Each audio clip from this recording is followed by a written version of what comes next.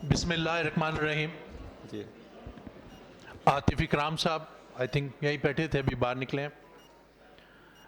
एहसन बख्तावरी साहब, ज़फ़र बख्तावरी साहब, ज़की इजाज़ साहब, असफर साहब मुझे अभी नज़र आए यहाँ पर, असफर एहसन साहब, खालिद इकबाल साहब चेयरमैन साहब, काशिफ मेरा छोटा भाई लाहौर चैम्बर, डॉक्टर खुरम साहब फैसलाबाद चैम्बर से, दारू खान साहब, मलिक सुहेल साहब, काज़मी साहब, सब दोस्त, मियाँ ज़फ़र साहब नज़र आ रहे हैं, लाली शाह साहब नज़र आ रहे हैं, कुर्बान साहब नज़र आ रहे हैं, सब बिज़नेस लीडर्स और मेरी बहनें, अस्सलाम वालेकुम।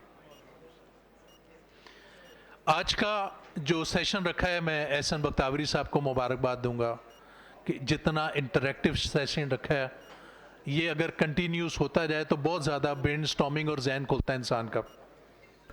अस्सलाम वालेकुम। मेरी दोस्तों से जो इस वक्त हॉल में हैं, उनसे रिक्वेस्ट है, अगर गुफ्तगू करनी है तो बाहर काइंडली चले जाएं, यहाँ पे कम से कम खामोशी से सुने। हमारे ऑनरेबल गेस्ट बात कर रहे हैं, ये एक बड़ी एम्बेरसमेंट होती है कि उसमें गुफ्तगू की जाए। Sorry sir. थैंक यू मियाँ साहब। टैक्सेशन की बात हुई, मुझे बात समझ नहीं आती ये नॉन फाइलर क्या होता है। मुझे कुछ दो चार नहीं होता मेरा। हमने ये गलत रास्ते गवर्नमेंट ने खुद बनाए हुए हैं और फिर कहते हैं कि बिजनेसमैन चोर है। परसों के सेशन में बैठे थे फेडरेशन में, कोई एक सीनियर मेंबर ने आके बोला कि ये चोर लोग हैं और वहाँ लड़ाई हो गई। पता नहीं आप लोग थे कि नहीं थे, इतनी लड़ाई हो गई कि हमने बोला खबरदार, चोर तो आप लोग हैं। जो टैक्स देता है आपका, हम कस्टमर हैं और आप हमें टैक्स देने वालों को चोर बोलते हैं। वही कस्टमर तो खुदा होता है यार, कस्टमर को तो गॉड कहते हैं दुनिया में, आप हमें चोर कहते हैं। 4.3 मिलियन लोग हैं जो टैक्स दे रहे हैं, जिसमें से 1.5 यानी कि 15 लाख हैं जो इंडस्ट्रियलिस्ट हैं, बाकी सैलरी पेशा लोग हैं जिससे आप काट रहे हैं। आप टैक्स बेस क्यों नहीं बढ़ाते, जैसे भी काशिफ ने बात की। इतना कॉम्प्लिकेटेड फॉर्म है, इतना कॉम्प्लिकेटेड फॉर्म है कि आपको एक चार्टर्ड अकाउंटेंट फर्म हायर करनी पड़ेगी जो भर के देगा कि आपने करना है। यार एक सिंगल पेज कागज नहीं बन सकता। फेडरेशन ने एक सिंगल पेज 5 लाइन का कागज बना के दे दिया कि भाई ये है, आप फरें और उसको कर दें। यानी आप जानबूझ के चाह रहे हैं कि लोग टैक्स बेस ना बढ़ाएं। हम सबको पता है, हर आदमी इस वक्त यहां पर बात कर रहा है। नॉन फाइलर, लेट फाइलर, क्या मजाक बनाया हुआ यार, बस कर दें। 80 साल होने को आ गए इस मुल्क को बने हुए यार, अब तो बस कर दो। इंटरेस्ट रेट की बात करता हूं मैं। हमको पता है कि इन्फ्लेशन गिर गया, 111.5 आ गया, तो इंटरेस्ट रेट कम क्यों नहीं हो रहा? आपने सिर्फ 1.5% कम कर दिया। इंडस्ट्री तो तबाह हो गई है, इंडस्ट्री बर्बाद हो चुकी है। ये वो इंडस्ट्री है जो एम्प्लॉयमेंट देती है, ये वो इंडस्ट्री है जो एक्सपोर्ट देती है, ये वो इंडस्ट्री है जो आपको टैक्स देती है। यार उसको मारते हो, यानी कि जो सोने का अंडा देने वाली मुर्गी है उसको मार रहे हैं। कैसे? ये बातें समझ नहीं आ रही, बड़ी सिंपल बातें हो रही है ना। हम कोई रॉकेट साइंस तो डिस्कस नहीं कर रहे हैं यहां पर। तो मैं समझता हूं कि इनको इमीडिएटली 12% पे इंटरेस्ट को लेकर आना चाहिए। जितना लेट कर रहे हैं उतना नुकसान हो रहा है। और मजे की बात है कि सबसे बड़ी बोरर जो है वो हुकूमत पाकिस्तान खुद है। 9.4 ट्रिलियन रुपीस गवर्नमेंट ने खुद सूद भर दिया हुआ। 9 ट्रिलियन टैक्स पे जमा किया और 9.4 ट्रिलियन जो है वो जाके सूद में दे दिया, और कहते हैं हमारा खर्चे कम नहीं हो रहे। क्यों ऐसा कर रहे हैं? ये बड़ा सिंपल सी बात है। जैसे मैंने कल भी बात की थी, सीपैक पार्ट 2 अब शुरू हो रहा है। सीपैक पार्ट 1 जो था हमारा, उसमें रोड थी, उसमें पावर हाउसेस थे। अब पार्ट 2 शुरू हो रहा है। सीपैक पार्ट 2 है ही इंडस्ट्रियलाइजेशन है। जितने भी एसईजीज हैं उसमें इंडस्ट्री लगनी है। एसईजी की जो पॉलिसी बनाई गई उसके अंदर पहले क्लियर बताया कि टर्नओवर टैक्स नहीं है। एसईसी जो बनाएगा गवर्नमेंट बिजली उसको प्रोवाइड करेगी, वो भी चेंज हो गया। तो अगर आप इसको सीरियस नहीं लेंगे तो कौन इंडस्ट्री लगाएगा? अभी किसी एक दोस्त ने बड़ी अच्छी बात की कि 11 बिलियन रुपए दुबई चला गया। यार अच्छा एनवायरनमेंट दोगे तो पाकिस्तान आएगा ना। आप अच्छा एनवायरनमेंट ही नहीं दोगे। बिजनेसमैन ने तो पैसे लगाने हैं, इन्वेस्ट करना है, जहां कमाने हैं वहां इन्वेस्ट नहीं करना है, जहां उसने बर्बाद हो जाना है वहां इन्वेस्ट नहीं करना है, जहां पे आप उसको चोर बोलोगे। तो आप उसको नहीं अगर करने दोगे, एनवायरनमेंट नहीं दोगे, तो कैसे काम होगा।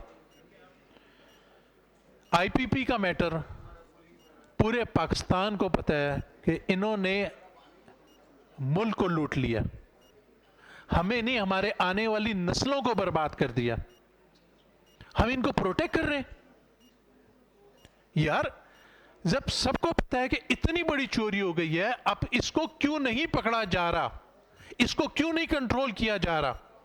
जो बिजली महंगी आप खरीद रहे हैं, मियां जफर साहब बोल लें। सर मैंने पहले भी रिक्वेस्ट की है दोस्तों से कि हॉल के अंदर खामोशी से बैठें। अगर गुफ्तगू करनी है तो बराए मेहरबानी बाहर तशरीफ ले जाएं, कोई रोक तो नहीं रहा आपको बाहर जाने से, लेकिन ऑनरेबल गेस्ट को डिस्टर्ब ना करें प्लीज। आईपीपी के ऊपर पूरे पाकिस्तान को पता है कि इन्होंने लूट लिया मुल्क को, इस पे एक्शन क्यों नहीं लिया जा रहा।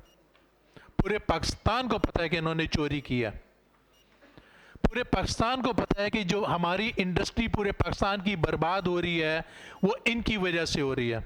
इसको क्यों नहीं कंट्रोल किया जा रहा, मेरा सवाल है। आप नहीं कंट्रोल करते। 50 रुपए यूनिट तो ये कॉस्ट कर रहा है हमारे को यार। किसी और की चोरी इंडस्ट्री कैसे पे कर सकती है, मुझे बता दें। जब चीजें नजर आ रही हैं हम उसको क्यों नहीं कंट्रोल कर रहे, फिर हम कहते हैं कि हमने मुल्क को ठीक करना है, तो कैसे होगा ठीक।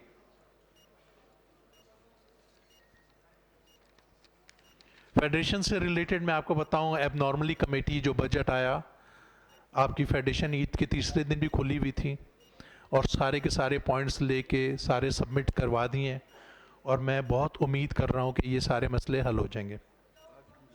आज भी प्रेसिडेंट, आज भी सुबह फाइनेंस मिनिस्टर से मिलकर आए और उनकी अच्छी मीटिंग हुई है। अब मैं थोड़ा सा आपको अपना एक्सपीरियंस शेयर करना चाहता हूं, जो मुझे एक मिनिस्टर बनाया गया पंजाब का। सर कॉटन के ऊपर हमने 4 महीने मेहनत की, 4 महीने, और पंजाब की कॉटन डबल आ गई। वीट का जो भी क्राइसिस आया, जब वीट पे हमने टाइमली पानी का अरेंजमेंट किया, टाइमली टाइम खादें अरेंज की, 21 मिलियन टन से बढ़ के 24.2 मिलियन टन आई। यार इतना अच्छा मुल्क है ये, इसमें थोड़ी सी मेहनत चाहिए, थोड़ी सी मेहनत करें तो ये रिस्पॉन्स करता है। तो हम अपनी नाअहली की वजह से इसको क्यों बर्बाद कर रहे हैं। नया मुझे पता चला जब मैं वहां पर एग्रीकल्चर भी देख रहा था, 58 डैम्स बने हुए हैं। जो पोटुहार एरिया हमारा, ये मैं स्मॉल डैम्स की बात कर रहा हूं, उसमें 58 डैम्स बने हुए हैं। जो मरी से पानी आता है 400 mm से 1400 mm का पानी है, जिसको 1.9 मिलियन एकड़ फीट ऑफ वाटर है। 58 डैम वहां पर ऑलरेडी बन चुके हैं, और आज से नहीं बने हुए, कोई 10 साल पुराना है, कोई 12 साल पुराना है, कोई 5 साल पुराना है। इसको स्मॉल डैम कहते हैं। इसमें कोई डैम ऑपरेशनल नहीं है। इरिगेशन डिपार्टमेंट कहता है जी ऑपरेशनल है, एग्रीकल्चर वाले नहीं लेते। एग्रीकल्चर से पूछा गया तो एग्रीकल्चर ने बताया कि वो तो SMBR बताएगा को इसकी कोई वाराबंदी की चकबंदी होती है, इस्तेमाल ज़मीन का होता है, मगर इसका कौन पूछेगा। और ये 10-10 साल से ये डैम आपने रुके हुए हैं वहाँ पर। 77,000 एकड़ लैंड जो उसका कमांड एरिया है, तो हम लोगों ने इसको फौरी तौर पे टेकअप किया। 8,000 एकड़ तक हम इसको एग्रीकल्चरेबल कर गए थे, अब काम फिर रुक गया। प्रॉब्लम है कि कोई पूछने वाला है, और ये 10 साल से डैम बने हुए हैं, उस पे अरबों रुपए लगे हुए हैं, ये डैम बंद क्यों पड़े हुए हैं। 58 डैम चल रहे हैं, मैंने प्रैक्टिकली जाके देखा। हमारा एक इदारा है limbs, land information and management system, उसके साथ मिलकर उन्होंने एक एक डैम के ऊपर रिपोर्ट बनाई, और सारी की सारी मैंने आगे दे भी दी। 8,000 एकड़ शुरू हो गया था, इंशाल्लाह बाकी भी शुरू हो जाएगा। दी ग्रेट थल कनाल प्रोजेक्ट, दी ग्रेट थल कनाल प्रोजेक्ट 1.8 मिलियन एकड़ फीट ऑफ वाटर हम ज़ाया कर रहे हैं। एक बात मैं आप लोगों को बताना चाहता हूँ, 1 मिलियन एकड़ फीट जो वाटर है ना, उसका मतलब है $1 बिलियन। 37 मिलियन एकड़ फीट पानी हम हर साल सी में फेंक रहे हैं। हम कहते हैं हम गरीब लोग हैं। यार हम लोग यहां से गरीब हो गए हैं, हमारे को कोई बीमारी हो गई है हमारे जहनों में।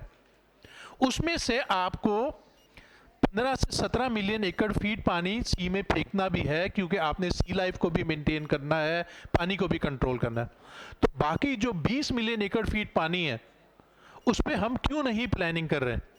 $20 बिलियन, $20 बिलियन हम हराम कर रहे हैं हर साल। हम कहते हैं हम गरीब मुल्क हैं। नहीं समझ आ रही। जब हम यहां पर आए, जो केयरटेकर गवर्नमेंट में, हमने बिजनेस फैसिलिटेशन सेंटर बनाए, जिसमें 14 दिन में कोई भी बिजनेसमैन को लाइसेंस चाहिए उसको इमीडिएटली मिलेगा। इस बात की मुझे खुशी है कि जो गवर्नमेंट आई है इसको कंटिन्यू भी कर रही है, तो ये तो अच्छी बात है। आपको मैं एक और अपना एक्सपीरियंस शेयर करना चाहता हूं। एक मीटिंग आई जिसमें बीच की सीट की अप्रूवल थी। मैं हैरान हो गया वहां पर कि 12 साल से एक नया बीज भी हमने अप्रूव नहीं किया हुआ था। 12 साल से। क्या वजह? हमारे साइंटिस्ट काम कर रहे हैं, बहुत अच्छे हैं, हमारी यूनिवर्सिटीज काम कर रही हैं, बहुत अच्छी हैं, तो फिर क्यों रोका हुआ? हर चीज के पीछे कोई लॉबी है, जो लॉबी अपने कारोबार करने के लिए हमारे मुल्क को मार रही है। तो हमारे यहाँ कौन आदमी है जो सोचे और उसको ठीक करे? आप यकीन करें, 4 घंटे मीटिंग हुई, मुझे वहां किया गया कि आपने काम नहीं करना। मैंने मुझे एक रीजन दे दें, आप नहीं करना, मैं आपकी बात मान लेता हूं। उसमें कॉटन का स्टेपल लेंथ थी कि जी 28 स्टेपल लेंथ पैदा करो और 27 स्टेपल पे कॉटन का सीड डेवलप हुआ हुआ है। बोले 28। मैंने यार मैं तो आज 25 खरीद रहा हूं। जब 25 खरीद रहा हूं, 27 अप्रूव हो चुका है, 27 तो शुरू करें ना। और 28 साइंटिस्ट को बोले तैयार करें। बोला ये एप्टामा नहीं मानेगी। मैंने एप्टामा तो मैं हूं, मुझे आप रीजन दे फिर से। बोला जी ये एक नया कट्टा खोलने जा रहे हैं, ये वर्ड लिया। मैं आई एम सॉरी, ये रीजन नहीं है।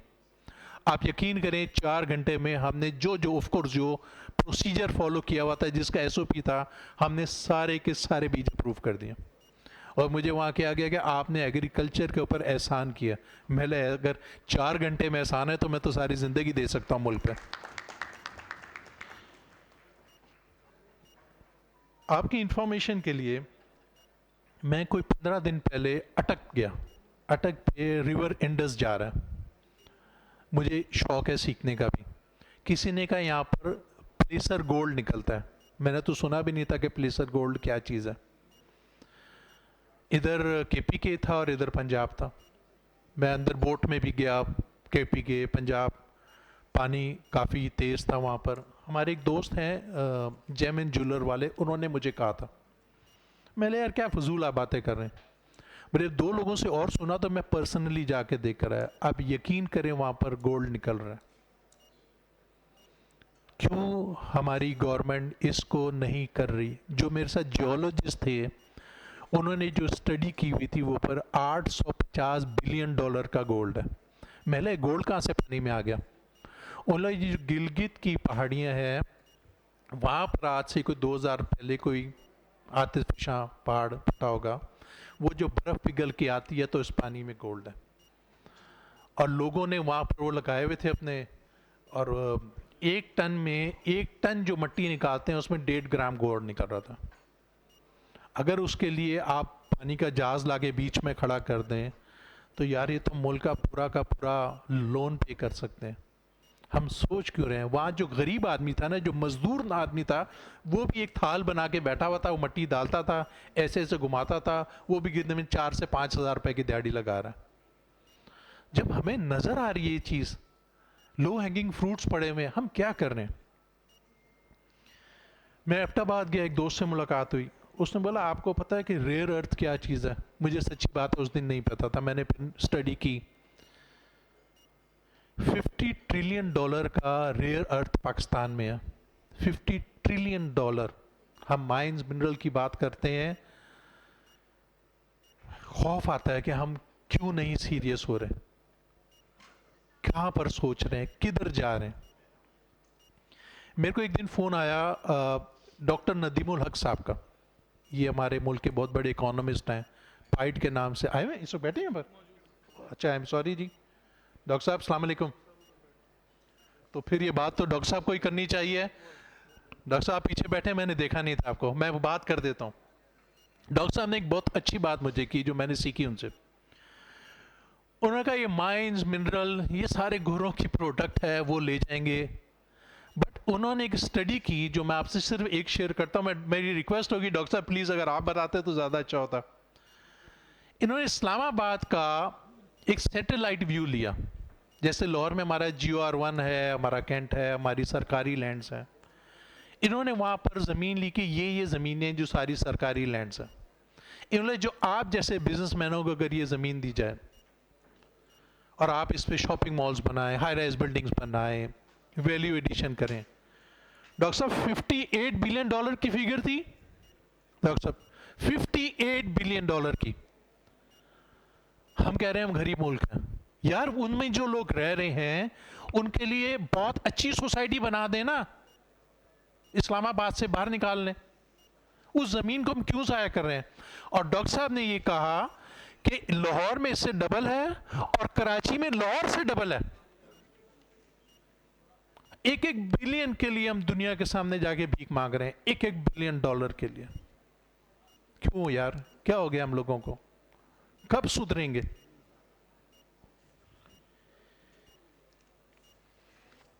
कहने का मकसद ये है कि बहुत अच्छा मुल्क है, हमारे बच्चे मुल्क छोड़ के बाहर जाने की बातें कर रहे हैं।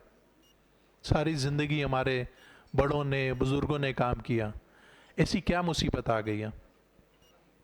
मुसीबत यही है हम चोरों को प्रोटेक्ट कर रहे हैं। जो चोर हैं उनकी वजह से हमें बिजली महंगी मिलती है, हमारी इंडस्ट्रियां बंद हो रही हैं, हमारे कारखाने बंद हो रहे हैं। लोगों को समझ नहीं आ रही। जब तक हम इन चीज़ों पे कंट्रोल नहीं करेंगे या डॉक्टर नदीमुल हक साहब जैसी चीज़ें इस पे हम इम्प्लीमेंट नहीं करेंगे, हम बातें कर रहे हैं, हम टॉक कर रहे हैं, हमें रीज़न दे दो, हमें बता दो, इससे अच्छा मुल्क अल्लाह की कसम नहीं है।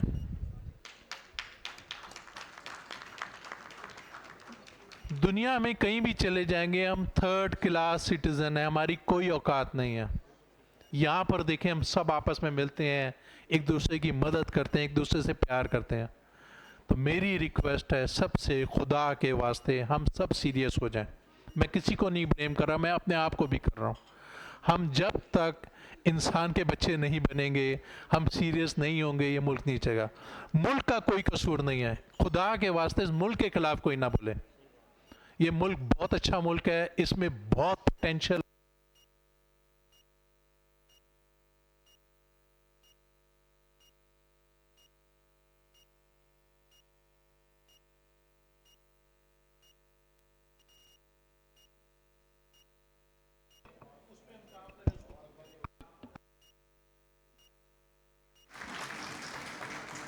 Thank